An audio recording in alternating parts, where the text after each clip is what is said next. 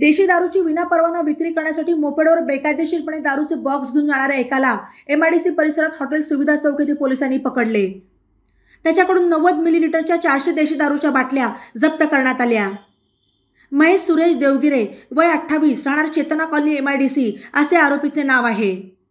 ही कारवाई बुधवारी 28 फेब्रुवारीला सायंकाळी 7:30च्या सुमारास करण्यात आली।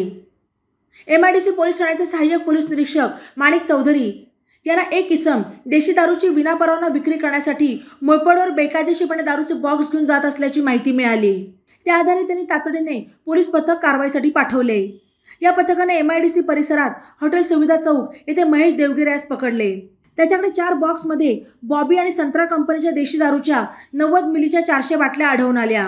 पोलिसांनी दारू आणि मोपेड असा 74,000चा मुद्देमाल जप्त करत आरोपी महेश देवगिरे याच्यावर गुन्हा दाखल केला। ई नवा मराठा यूट्यूब चॅनलला सबस्क्राईब करा आणि बेल आयकॉनवर प्रेस करा।